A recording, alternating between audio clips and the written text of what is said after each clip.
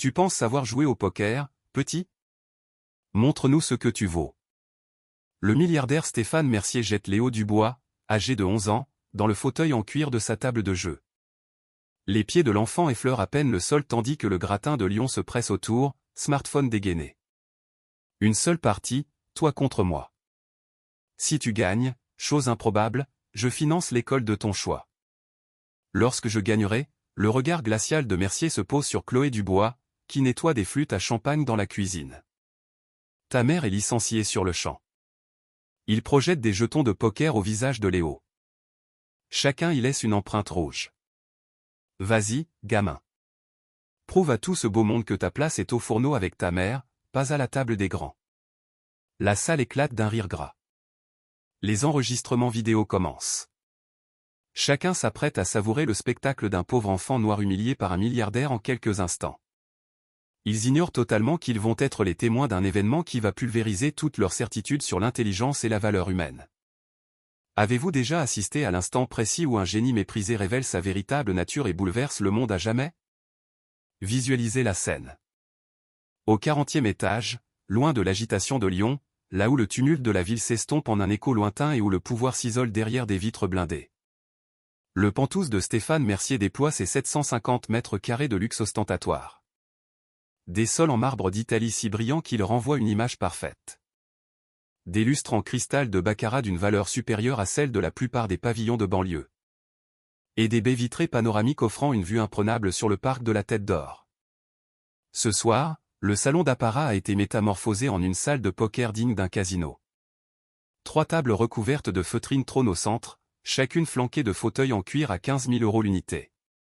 Des machines à battre les cartes automatiques ronronnent discrètement dans les coins. Des carafes en cristal, emplies d'un whisky plus âgé que la majorité du personnel, scintillent sous la lumière des spots. L'atmosphère est un mélange d'eau de Cologne onéreuse, de tabac de Havane et de cette odeur caractéristique de l'argent qui ignore les fins de mois. Ce n'est pas une simple soirée de jeu. C'est le rendez-vous des puissants de Lyon, venus ici pour réaffirmer leur supériorité intellectuelle, pariant des sommes qui pourraient faire vivre des familles entières pendant des années et qualifiant cela d'acte de bienfaisance. Le ticket d'entrée ce soir, 10 000 € par tête, prétendument pour des œuvres éducatives. En réalité, la majeure partie de cette somme servira à construire une nouvelle aile pour un grand lycée privé déjà surdoté. Stéphane Mercier règne au milieu de cette assemblée, tel un monarque inspectant ses terres. À 52 ans, il arbore cette assurance que seul procure une vie sans la moindre contradiction. Son costume italien sur mesure vaut le prix d'une berline. Sa montre Patek Philippe, celui d'un appartement. Lorsqu'il parle, on se tait. Non par respect pour sa sagesse, mais parce qu'il est celui qui signe les chèques, qui finance les entreprises ou qui détient les créances. Sa fortune, il l'a bâtie dans les nouvelles technologies, mais sa mentalité est issue d'un moule bien plus archaïque et abject, la croyance que la fortune est synonyme d'intelligence, et que la couleur de peau est un indicateur de valeur. Nicolas, une autre donne. Mercier s'adresse à l'homme qui manie les cartes avec une dextérité surnaturelle. Nicolas Morel est un artiste des cartes. 30 ans de pratique du poker à haut niveau ont fait de ses mains de véritables instruments de précision.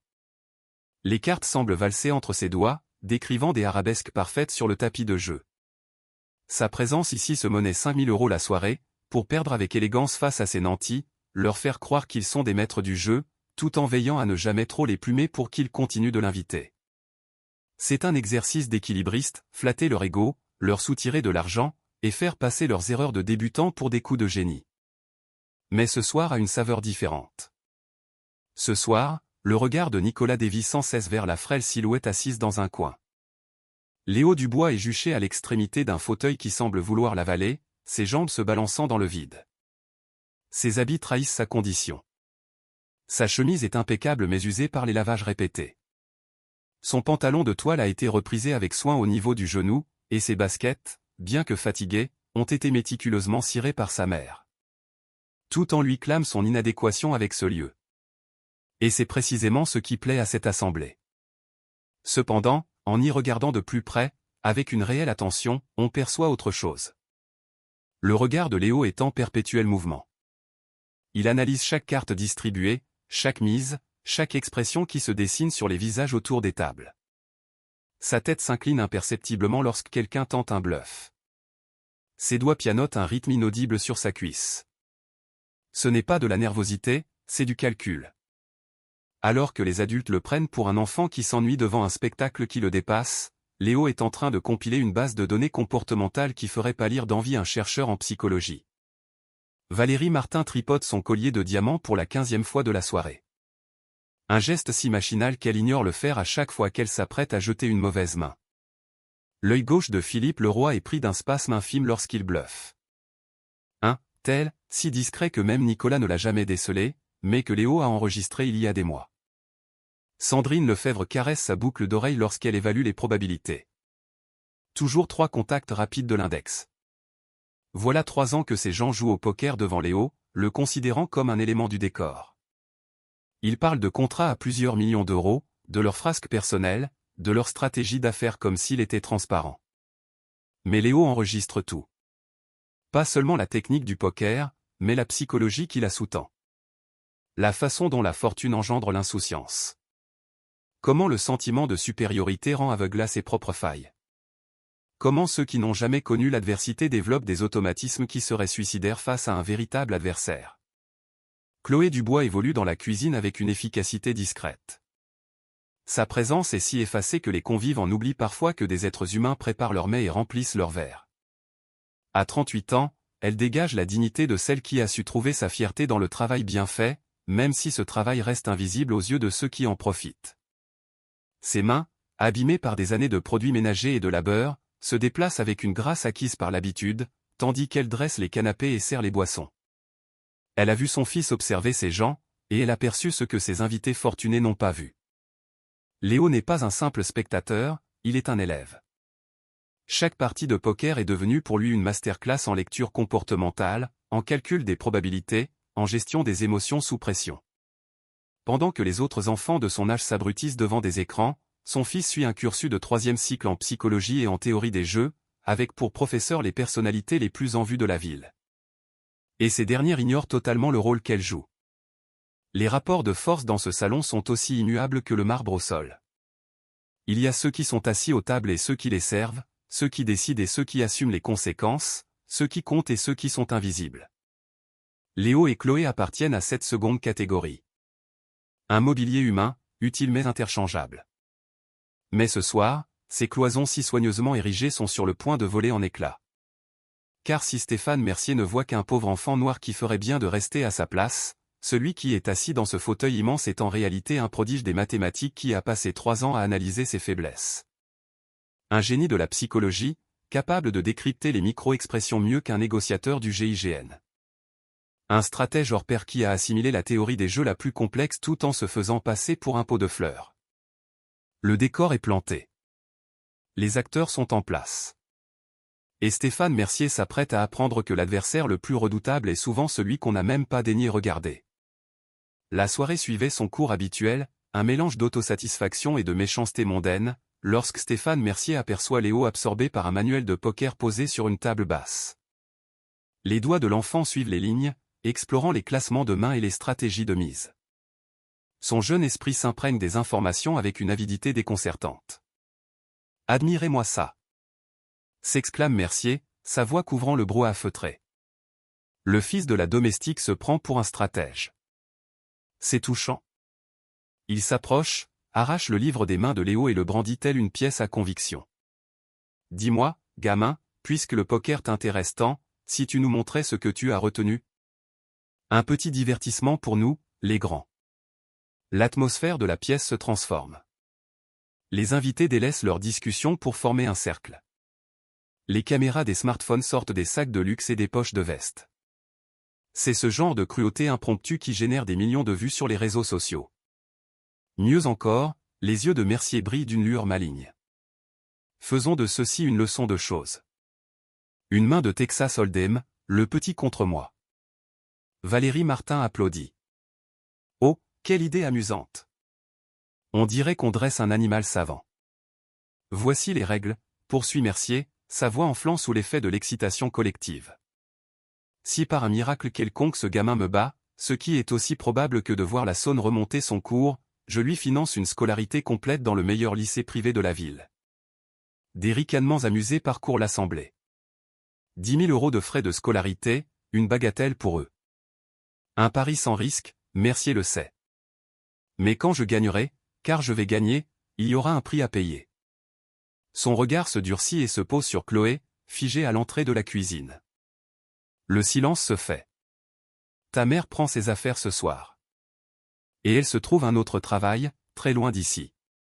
Le verre que tient Chloé se met à trembler. 4 ans d'un emploi stable, une mutuelle, la petite loge dans les sous-sols de l'immeuble qu'elle et Léo considèrent comme leur foyer. Tout cela suspendu au résultat d'une partie de cartes dont le seul but est d'humilier son fils.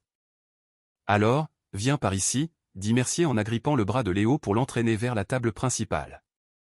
Ne sois pas farouche. Montre à ces gens de quoi ta race est capable quand elle s'essaie à la réflexion.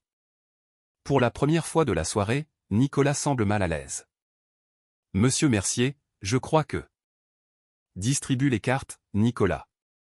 À moins que tu ne veuilles toi aussi pointer au chômage. La mâchoire du croupier se contracte.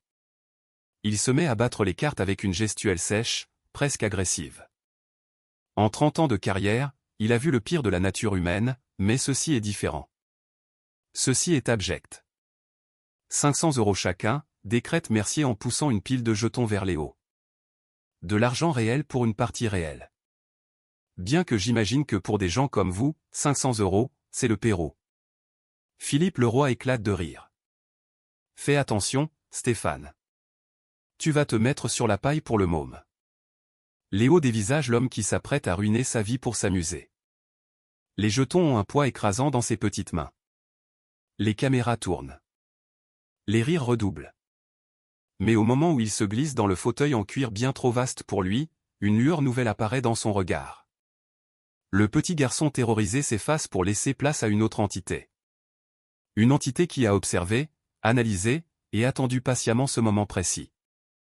3 ans plus tôt, dans un 2 pièces vétustes imprégné d'une odeur de médicaments et de souvenirs, Léo Dubois, 8 ans, était assis en tailleur sur un tapis usé, observant les mains ridées de son grand-père battre un jeu de cartes avec la minutie d'un horloger. Le poker, ce n'est pas une question de cartes, mon petit, lui disait Jean Dubois d'une voix douce mais ferme, en distribuant 2 cartes à chacun. C'est l'art de lire les âmes. Chaque être humain sur cette planète a des tels, des tics inconscients qui le trahissent au moment où il se croit le plus à l'abri des regards. Jean avait appris le poker dans les tranchées de la Seconde Guerre mondiale, où deviner les intentions de l'adversaire était une question de survie. De retour à la vie civile, il avait été agent d'entretien la nuit et joueur de cartes sur la place Bellecour le week-end, transformant une mise de 5 € en de quoi remplir le garde-manger, par la seule force de son sens de l'observation. Regarde bien, disait Jean en grimaçant de façon caricaturale. Quand les gens mentent, leur corps les dénonce. Un sourcil qui se hausse, une main qui se crispe. La plupart des gens sont des livres ouverts. Il suffit de savoir les déchiffrer. Le jeune Léo buvait ses paroles. Pendant que ses camarades s'adonnaient aux jeux vidéo, il étudiait les mains de son grand-père lui expliquant les lois de la probabilité. S'il y a 52 cartes dans le jeu et que tu en as vu 5, combien en reste-t-il? Quelle est la probabilité que la prochaine carte t'arrange? L'interrogeait Jean.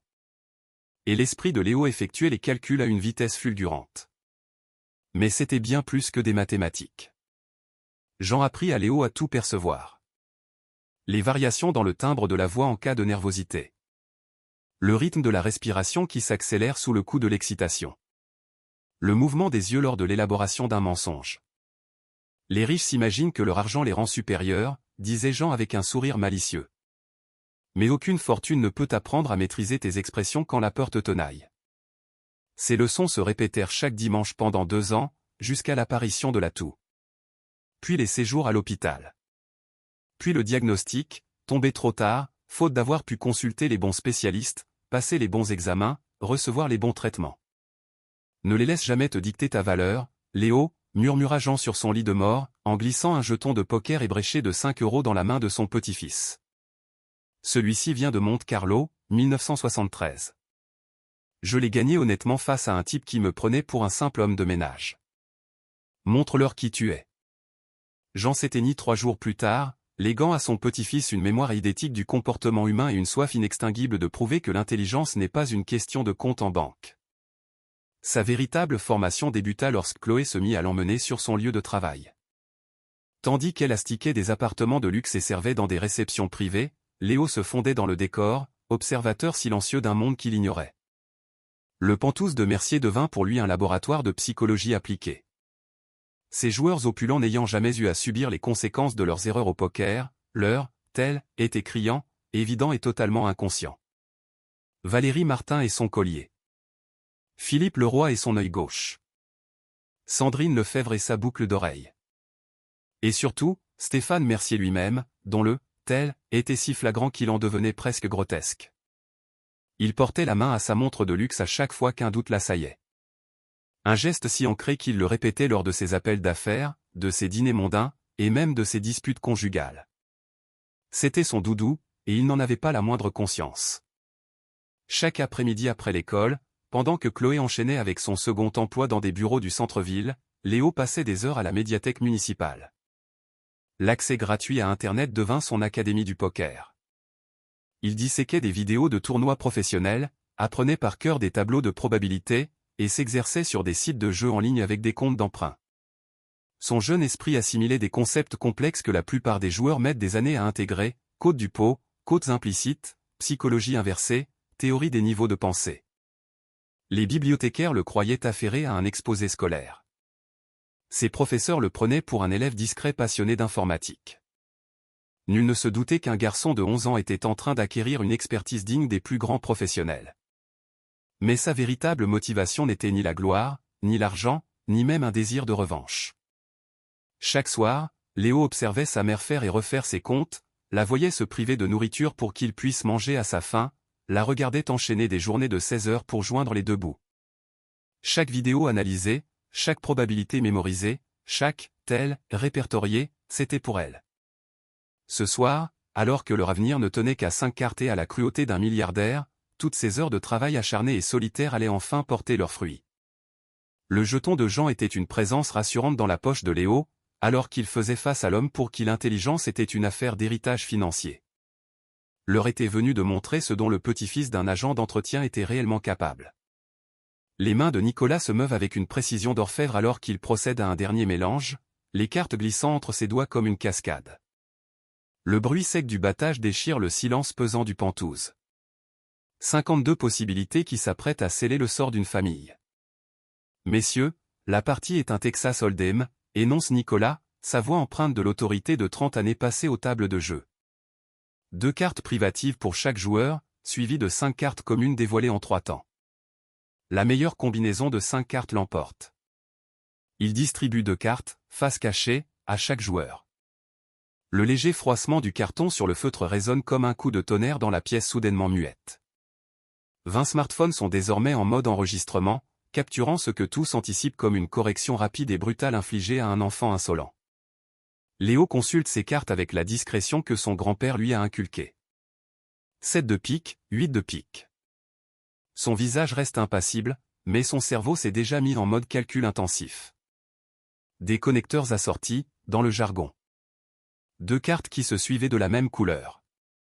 Pas une main de départ exceptionnelle, mais un potentiel énorme si les bonnes cartes communes sortent. En face, Mercier regarde son jeu et peine à dissimuler un sourire suffisant. As de trèfle, roi de carreau. Big Slick, la crème des mains de départ. Sa confiance est à son zénith. Il visualise déjà l'économie qu'il va réaliser sur cette bourse promise en l'air. Les enchères préflop sont à vous, monsieur Mercier, indique Nicolas. Mercier n'a pas la moindre hésitation. Il avance une pile de jetons correspondant à 50 € avec un geste théâtral. Commençons doucement. Inutile d'effrayer l'enfant d'emblée. Quelques rires fusent. Valérie Martin chuchote assez fort pour être entendue, comme c'est magnanime de votre part, Stéphane, d'y aller en douceur. Tous les regards convergent vers Léo. C'est le premier moment de vérité, et l'attente générale est qu'il se couche sur le champ. Quel enfant démuni oserait risquer 50 €? C'est sans doute plus que le budget hebdomadaire de sa famille. Mais Léo se remémore les enseignements de son grand-père. La narine de Mercier a frémi au moment de miser. Un tel, infime qui trahit une grande confiance en sa main. Sa posture, légèrement en arrière après avoir poussé ses jetons. Une attitude de domination classique. Et surtout, aucun contact avec sa montre, signe d'une sérénité absolue. Léo avance 50 € pour suivre. Je vois. Un premier frémissement de surprise parcourt l'assistance. Le gamin ne jette pas ses cartes. La soirée pourrait s'avérer intéressante. Nicolas brûle une carte et étale le flop. 3 cartes communes, face visible, au centre de la table. Elles apparaissent dans l'ordre, 6 de pique, 9 de cœur, 5 de trèfle. Laissez-moi décrypter la situation, car c'est ici que la partie prend une tournure fascinante. Avec son 7 et son 8 de pique, et le 6, 9, 5 sur la table, Léo a un tirage quinte bilatéral. Un 4 ou un 10 lui donnerait une suite, 5 cartes de valeur consécutive. Avec 8 cartes favorables restantes dans le paquet, il a environ 31% de chance de toucher sa main. La roi de Mercier, en revanche, n'a trouvé aucune aide sur ce flop. Il a ce qu'on appelle des overcards, des cartes plus fortes que celles du tableau, mais aucune paire, rien de concret. Sa main se résume à une hauteur A, ce qui est très faible. Mais l'élément crucial est le suivant, Mercier ignore la précarité de sa situation.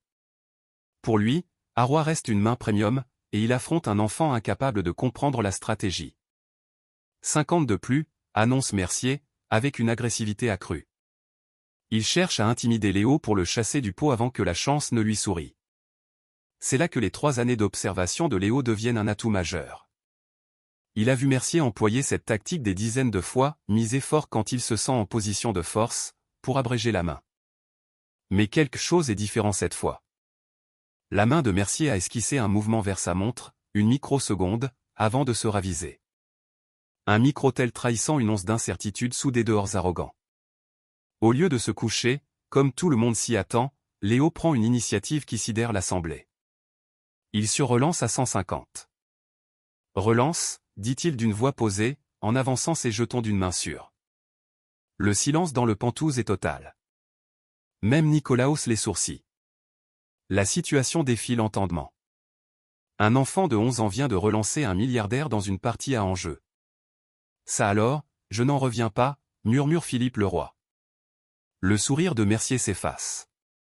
Ce devait être un simple divertissement, une petite leçon de choses sur la hiérarchie sociale. Pourquoi ce gamin oppose-t-il une telle résistance? Valérie Martin, la main figée à mi-chemin de son collier. Est-ce qu'il sait ce qu'il fait? Nicolas se penche en avant, son instinct de professionnel en alerte maximale. Cette relance n'a rien d'un coup de tête. Le moment, le montant, le contexte. Tout dénote une compréhension de concepts que la plupart des joueurs mettent des années à assimiler. Cet enfant vient de réaliser un semi-bluff de maître, misé avec une main à tirage pour mettre la pression et provoquer une erreur. La parole est à vous, monsieur Mercier, dit Nicolas. Pour la première fois de la soirée, Stéphane Mercier marque un temps d'arrêt. Ses doigts frôlent sa montre avant qu'il ne se maîtrise. La foule, qui riait de bon cœur quelques instants plus tôt, le dévisage maintenant avec une curiosité nouvelle. Le rapport de force est en train de s'inverser. Et dans l'esprit de chacun, une question commence à germer. Et si ce gamin était bien plus qu'il n'y paraissait? Mercier contemple les jetons que Léo vient d'avancer, son cerveau peinant à analyser la situation. Une relance à 150 € par un gamin de 11 ans. Ce n'était pas prévu. Le plan était une humiliation rapide, pas une vraie confrontation. Ses doigts s'agitent, attirés par sa montre, mais il les contient. Lâche-t-il en tentant de conserver une contenance, mais sa voix trahit une fébrilité nouvelle. Nicolas brûle une autre carte et dévoile la turn. La 4e carte commune, celle qui peut tout faire basculer. La carte tombe sur le feutre. Un 4 de carreau. L'assemblée ne saisit pas la portée de cet événement, mais l'esprit de Léo est en ébullition. Son 7 à 8 de pique, avec un tableau 6-9-5-4, lui donne une quinte. 5-6-7-8-9. Dans le jargon du poker, il a, les nuts, la main absolument imbattable à ce stade. Personne ne peut le battre. C'est une certitude mathématique. Mais le plus beau, c'est que personne d'autre ne le sait. Mercier a toujours son A-Roi, c'est-à-dire rien. Une main sans valeur, mais il n'a pas conscience du gouffre qui s'est ouvert sous ses pieds. Dans son esprit, il a toujours, Big Slick, la main forte, l'ascendant intellectuel. Une turn intéressante, commente Nicolas à voix basse, l'œil expert. Il entrevoit les possibilités, et son pouce accélère. Au lieu de miser agressivement avec sa main gagnante, Léo opte pour une tactique digne des plus grands champions. Il check. Une simple tape sur la table pour passer son tour. C'est ce qu'on appelle un slow play, un piège. Cela exige un sang-froid absolu et une fine lecture psychologique.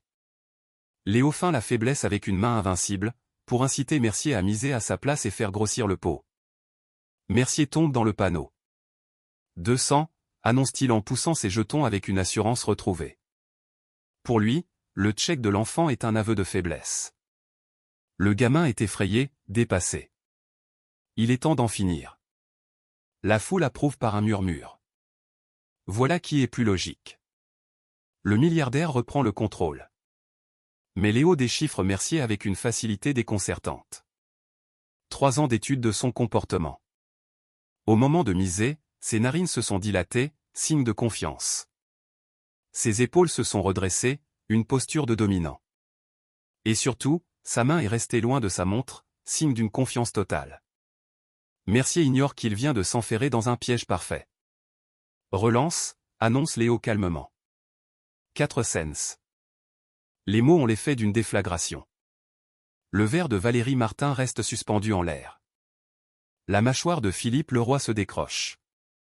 Même Nicolas, qui en a vu d'autres en 30 ans, est stupéfait. Un enfant de 11 ans vient de surrelancer un milliardaire à 400 €. Ce n'est plus un jeu. C'est de l'argent, du poker, de la guerre psychologique. Mais qu'est-ce que c'est que ce cirque? La façade de Mercier se craquelle. Sa main bondit vers sa montre, mais il la retire vivement.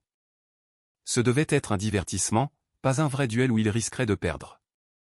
Nicolas se penche en avant, persuadé d'assister à un moment historique. Monsieur Mercier, c'est à vous. C'est absurde, s'énerve Mercier, mais sa voix a perdu de son assurance. Il a 11 ans. Il ne sait pas ce qu'il fait. Pourtant, le doute s'installe. La logique des mises de l'enfant dénote une compréhension de concepts que lui-même, Mercier, ne maîtrise pas. Le timing, les montants, la psychologie. C'est trop parfait pour être le fruit du hasard. Valérie Martin glisse à l'oreille de son mari, on devrait peut-être arrêter les frais. Le petit a l'air de savoir y faire. Non. Tonne Mercier, l'ego prenant le pas sur la raison. Je ne me ferai pas avoir par le fils de la bonne. Je suis. Le pot s'élève désormais à 800 €. Une somme qui représente 3 mois de loyer pour Chloé. Mais l'enjeu est bien plus important que l'argent. Ce sont des réputations, des visions du monde, des certitudes sur la valeur et l'intelligence qui sont sur le point d'être anéanties. Nicolas dévoile la dernière carte, là, rivée, un 5 de cœur. Une carte neutre, qui ne change rien. Léo a toujours sa quinte imbattable. Mercier n'a toujours rien. Dernier tour de mise, annonce Nicolas. Léo sonde le visage de Mercier avec une acuité clinique. Chaque micro-expression, chaque geste inconscient est décrypté et analysé. La respiration de Mercier est plus rapide.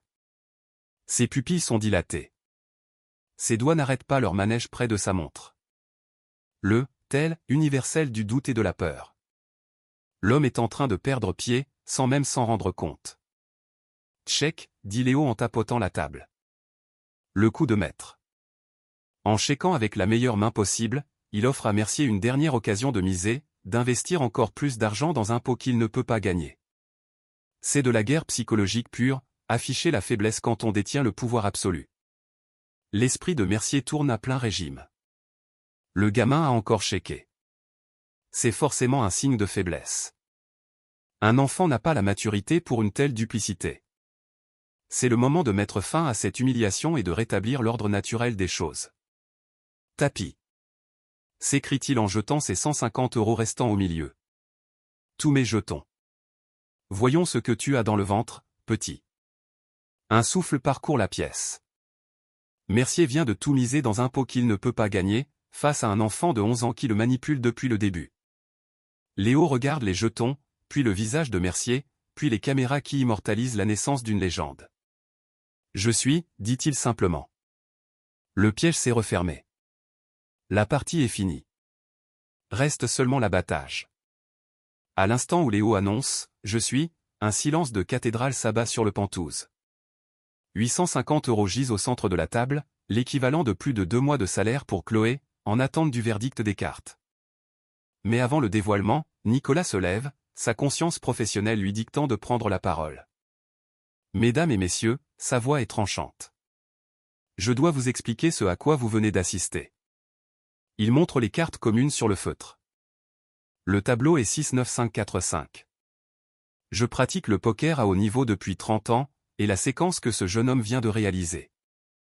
Il marque une pause, secouant la tête, visiblement impressionné. Point relève de la maestria. Valérie Martin pose son verre, son amusement ayant laissé place à une intense curiosité.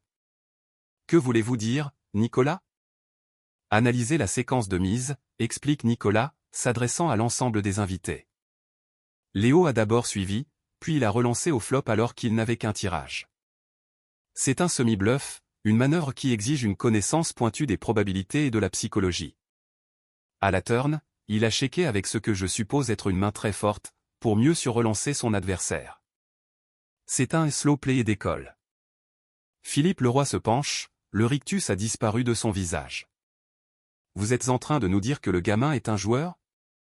Je suis en train de vous dire, le ton de Nicolas se fait plus grave, que j'ai vu des professionnels de renommée mondiale exécuter exactement les mêmes coups lors des championnats du monde. Des joueurs qui paient des fortunes pour apprendre ces techniques. Cet enfant vient de les appliquer à la perfection, face à un homme qui se croit le maître du monde. L'ambiance dans la pièce bascule. Les téléphones, qui enregistraient un moment de divertissement cruel, capturent désormais autre chose. La possibilité qu'ils soient les témoins de l'éclosion d'un génie. Sandrine Lefebvre, restée silencieuse jusqu'alors, intervient. Nicolas, insinuez-vous que cet enfant de 11 ans a surclassé Stéphane? Madame, je n'insinue rien, réplique Nicolas avec fermeté. Je vous affirme que si ce jeune homme a la main que je crois, nous venons d'assister à une leçon magistrale de psychologie du poker. Il a lu son adversaire, maîtrisé la taille du pot, et a su extraire un maximum de valeur d'un joueur qui n'a jamais vu le piège se refermer. Le visage de Mercier devient cireux à mesure qu'il comprend. Les rires qui l'entouraient se sont tus. La foule, qui se délectait de sa domination, le regarde désormais d'un autre œil. Un œil qui commence à déceler la faille derrière l'armure de la puissance. C'est impossible, bredouille Mercier. Ce n'est qu'un gosse. Juste. Juste quoi? La voix de Chloé s'élève de la cuisine, où elle a tout suivi en silence. Pour la première fois en 4 ans, elle s'adresse directement aux invités de son employeur. Juste un génie, juste un surdoué, juste une personne que vous n'avez jamais daigné regarder à cause de la couleur de sa peau. L'atmosphère se charge d'une nouvelle tension. Ce qui n'était qu'un jeu cruel est devenu un moment de vérité, une confrontation avec les préjugés et l'arrogance de ceux qui confondent intelligence et statut social. Nicolas fixe Mercier. Monsieur, il est temps de montrer votre jeu. L'heure de la révélation a sonné, et tous, à l'exception de Mercier, sentent qu'ils sont sur le point d'assister à un événement qui les marquera à jamais. Abattez vos cartes, ordonne Nicolas, sa voix résonnant avec l'autorité de 3 décennies passées à arbitrer des duels au sommet. Les mains de Mercier sont tremblantes lorsqu'il saisit ses cartes. Son esprit refuse d'admettre la réalité. Un enfant de 11 ans ne peut pas l'avoir battu. C'est une impossibilité génétique, une aberration sociale. C'est le fondement même de sa vision du monde qui est en train de s'effondrer. Il retourne ses cartes avec un dernier sursaut de confiance. As de trèfle, roi de carreau. À roi, annonce Nicolas, aussi appelé Big Slick. Avec le tableau final 6-9-5-4-5, Monsieur Mercier a une hauteur A. Un murmure d'incompréhension parcourt la salle. Hauteur A, cela sonne bien aux oreilles des néophytes, mais le ton de Nicolas indique le contraire. Pour être clair, précise Nicolas, hauteur A signifie que Monsieur Mercier n'a rien. Aucune paire, aucune suite, aucune couleur. Juste son A. C'est l'une des mains les plus faibles dans cette configuration. La vérité frappe Mercier de plein fouet. Il a misé près de 1000 € avec du vent. Mais c'est impossible. A roi est une main de premier ordre. Comment peut-il n'avoir rien? Tous les regards se tournent vers Léo, toujours assis dans son fauteuil trop grand, d'un calme olympien. Les caméras zooment sur ses petites mains qui s'avancent vers ses cartes. Mesdames et messieurs, dit Léo d'une voix posée, permettez-moi de vous illustrer une leçon que mon grand-père m'a apprise sur la lecture des gens. Il retourne ses cartes. 7 de pique, 8 de pique. Les yeux de Nicolas s'écarquillent. Sa voix n'est plus qu'un souffle. 7 à 8 de pique, avec le tableau 6-9-5-4-5. Il calcule à voix haute. Point donne à Léo une quinte, 5-6-7-8-9.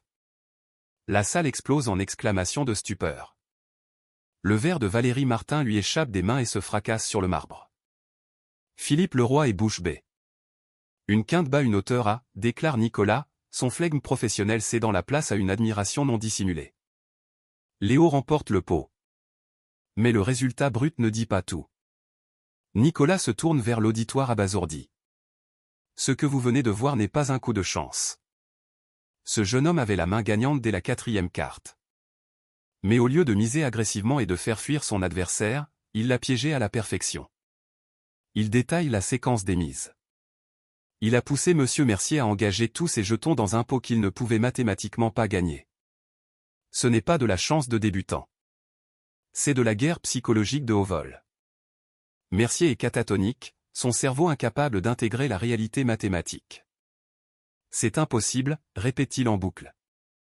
Les mathématiques sont pourtant claires, intervient Léo, sa jeune voix d'une précision chirurgicale. Vous aviez environ 6% de chance de gagner après la turn. J'avais la meilleure main possible.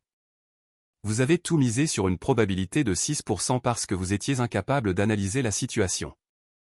Les mots sont des poignards. Pas seulement la leçon de poker, mais le ton calme et analytique de cet enfant de 11 ans qui lui explique méthodiquement comment il l'a démantelé. Mais surtout, poursuit Léo en se levant pour faire face à l'assemblée, vous n'avez pas vu ma force parce que vous étiez aveuglé par vos préjugés sur ma valeur. Un applaudissement timide s'élève, puis enfle pour devenir une ovation. Ces nantis, ces puissants, rendent un hommage appuyé à un enfant qui vient de leur administrer une leçon magistrale d'intelligence.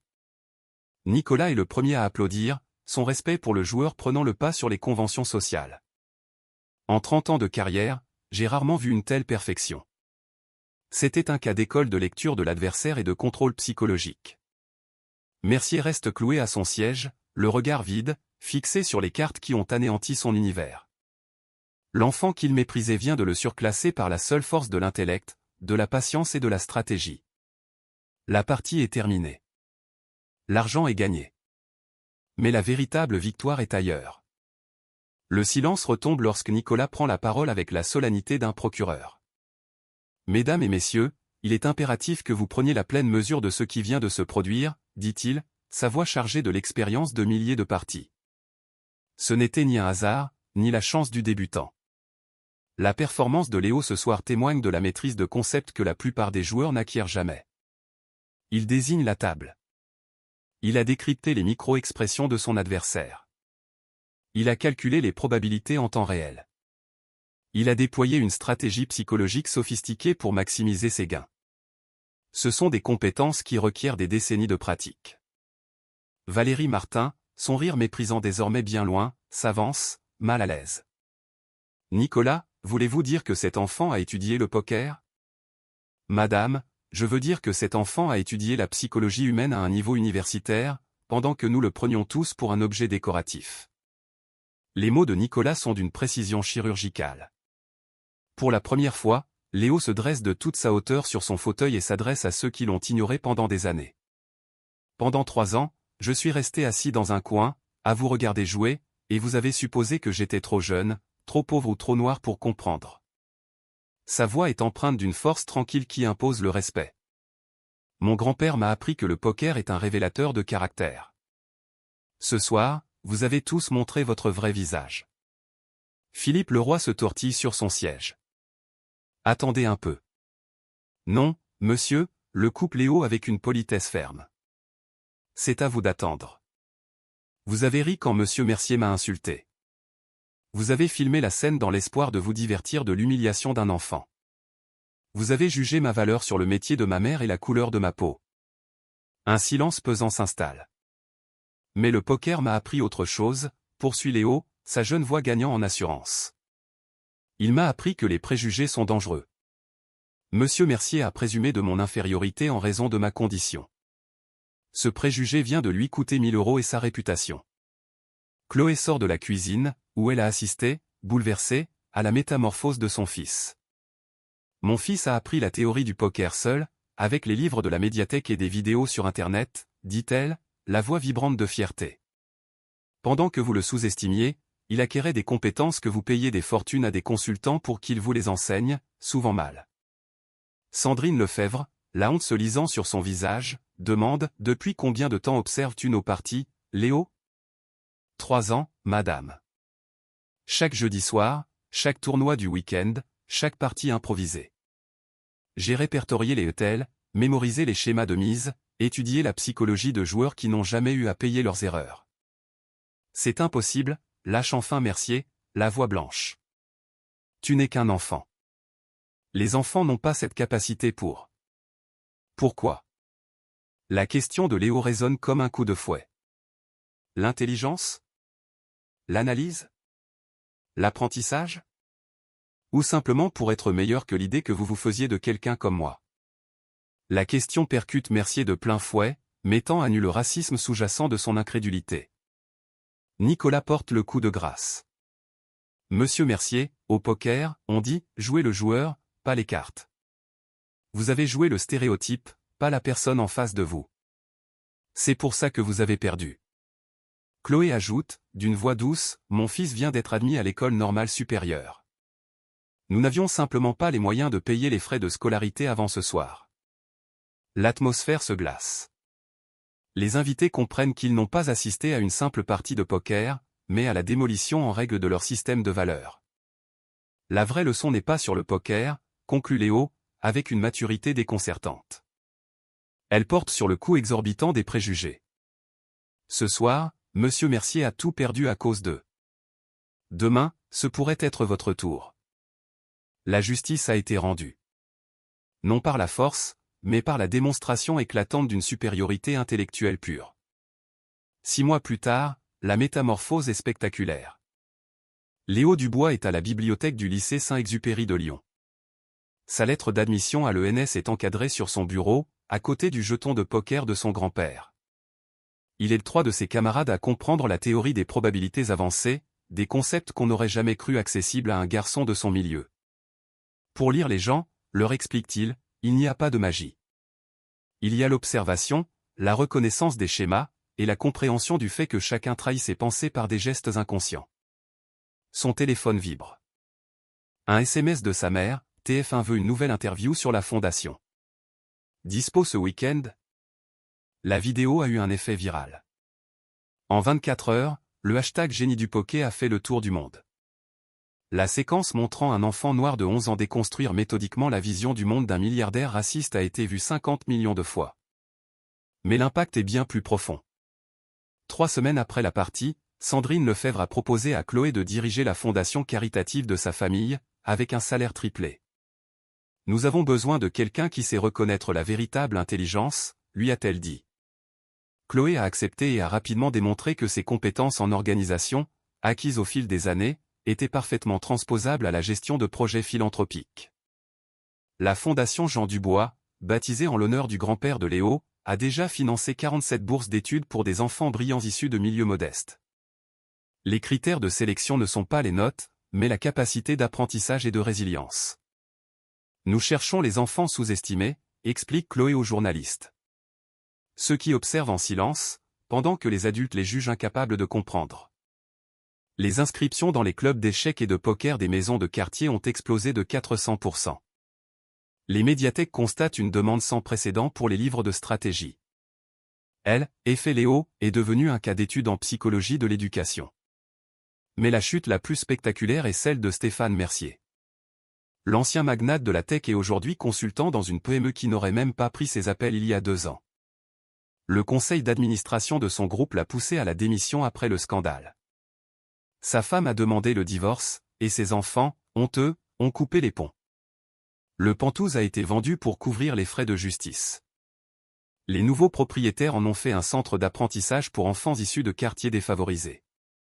Une ironie cruelle.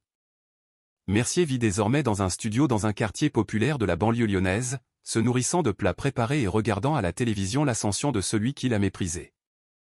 De son côté, Léo collectionne les succès scolaires. Des notes maximales partout. Capitaine de l'équipe de débat et du club d'échecs. Des offres d'admission de l'ENS, de Polytechnique, d'HEC et de Sciences Po. Non pas pour son talent au poker, mais pour l'esprit d'analyse qui le sous-tend. Le poker n'était qu'un symptôme, analyse Manon Picard, sa conseillère d'orientation. Son vrai don, c'est sa capacité à traiter des informations complexes, à identifier des modèles et à appliquer la théorie à la pratique. Le documentaire, Le garçon qui lisait dans les âmes, a remporté 3 Césars et a lancé un débat national sur l'égalité des chances. Le moment le plus poignant du film est celui où Léo retourne dans sa maison de quartier pour enseigner le poker à des enfants qui, comme lui, auraient pu passer inaperçus. Chaque samedi, je vois des enfants qui me ressemblent, dit-il face caméra.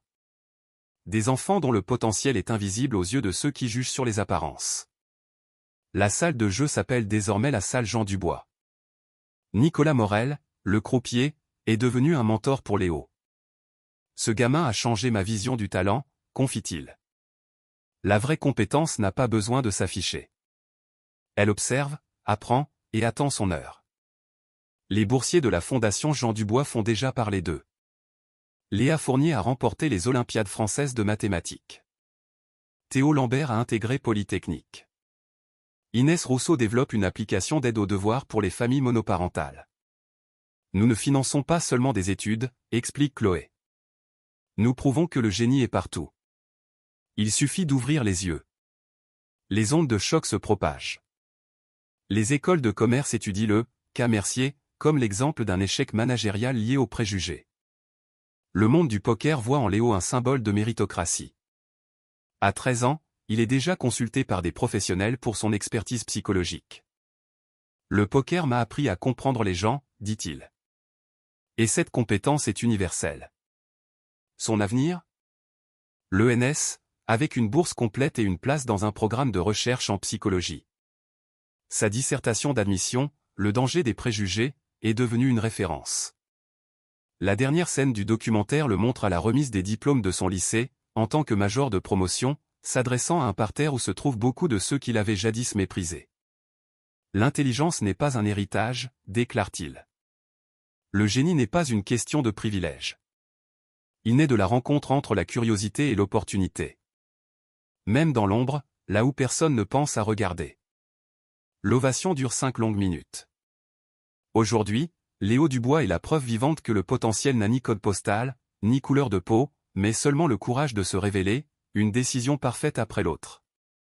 Et quelque part, dans un studio de banlieue, Stéphane Mercier regarde la cérémonie à la télévision, comprenant enfin le prix de ses certitudes. Abonnez-vous pour d'autres histoires de génies méconnus, de victoires improbables et de ces instants magiques où les préjugés se heurtent à une vérité éclatante. Car en ce moment même, un esprit brillant est dans l'ombre. Il n'attend qu'une chose, que quelqu'un voie enfin son immense potentiel.